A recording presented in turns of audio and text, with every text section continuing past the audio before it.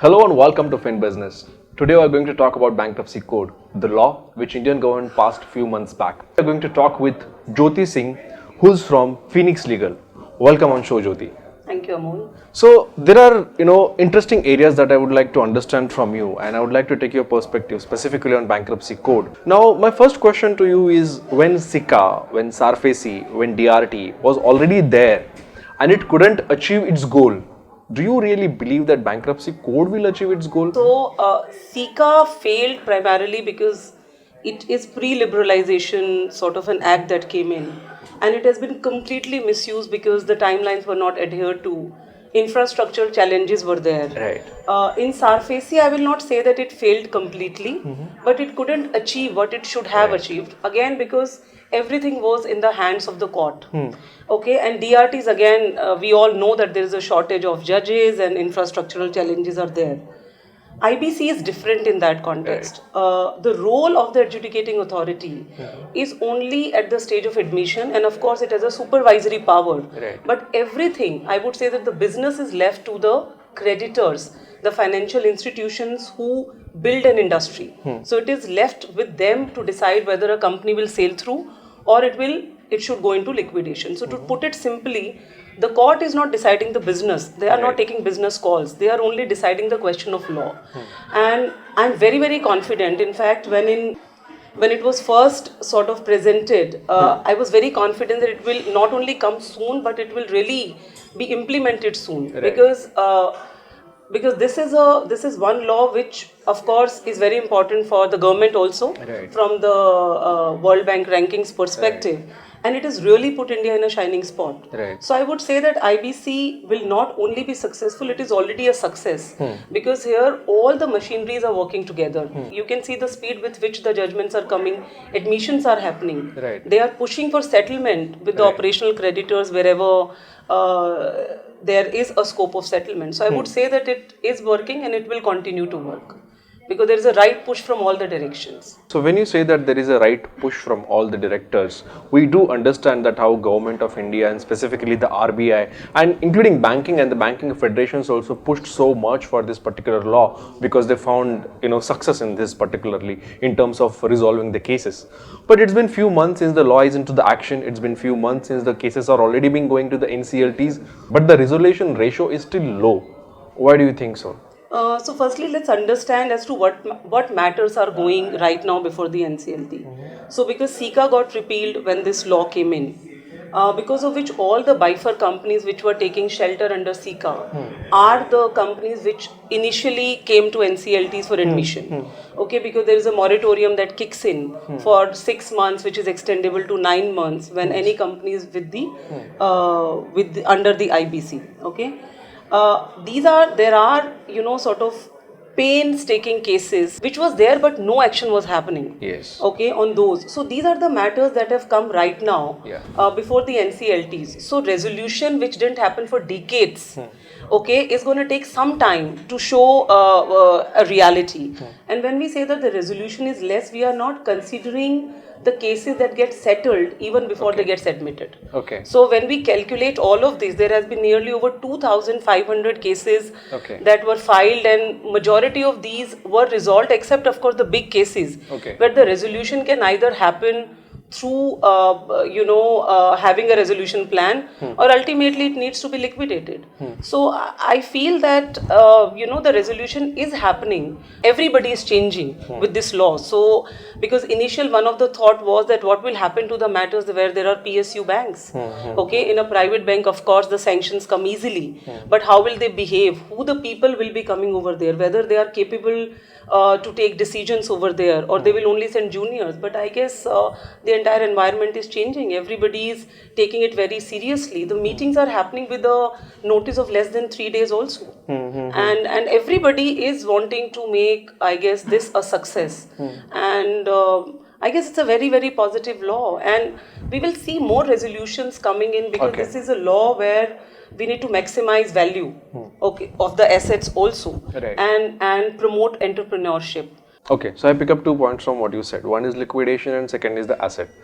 Is liquidation going to actually help the bankers, because the value will diminish? So for example, I have a great example. if you look at Kingfisher Villa, which was there in Goa, the cost of that villa was 120 crore.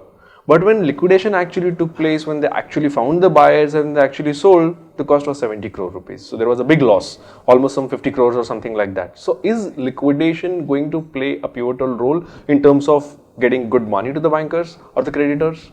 So see, I mean, I will say it this way, that when the solution of any bad debt is only liquidation, it should happen sooner.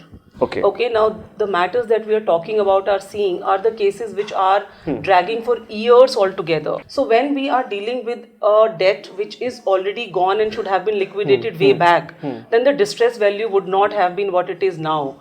And that is the reason IBC says that there should be early signs of sickness. Even when there is a one default, the banks can really go to IBC. Yes. Okay, and if it can be resolved, great. Otherwise, liquidate, because we have seen that when we were under the earlier regime of Companies Act, at least I have not seen any liquidation happening in front of me.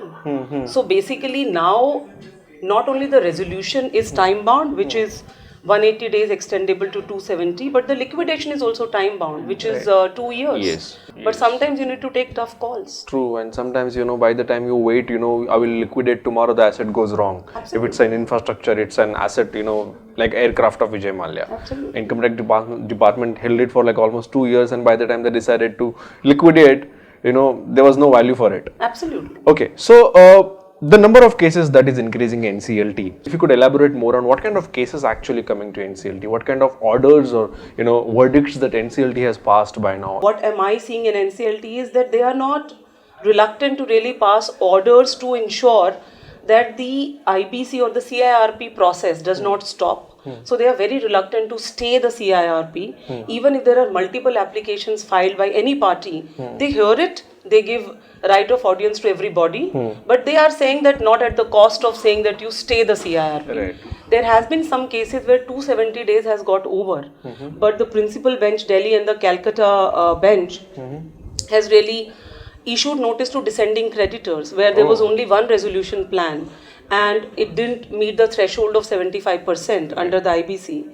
And it was less than that, but the descending creditors, some of the descending creditors wanted to re-vote. Okay, so the NCLTs have really taken a step forward and issued notice to them.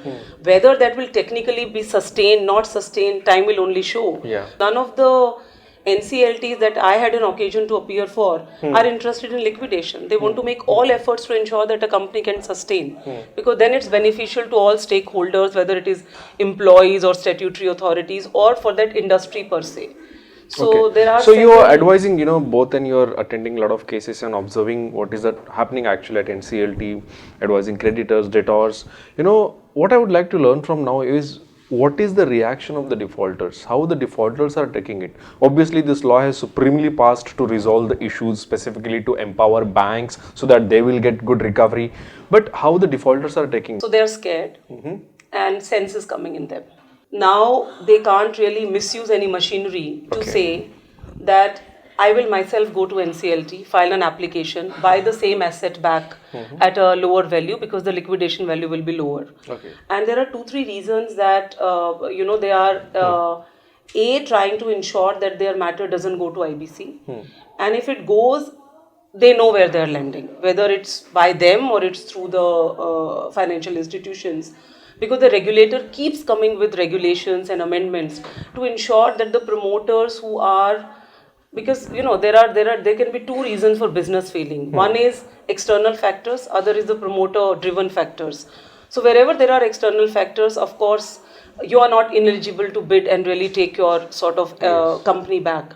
But if you fall in the first category, then you are gone. So I will say that only the cases where there can be actual resolution or liquidation will only go. Correct. Because it can't be misused. Because moratorium, even if it is there for 6 months, but what if the committee of creditors on the first meeting itself decide that there is nothing in the company and should be liquidated. Keeping this background in mind, what are the suggestions that you would like to give to the bankers?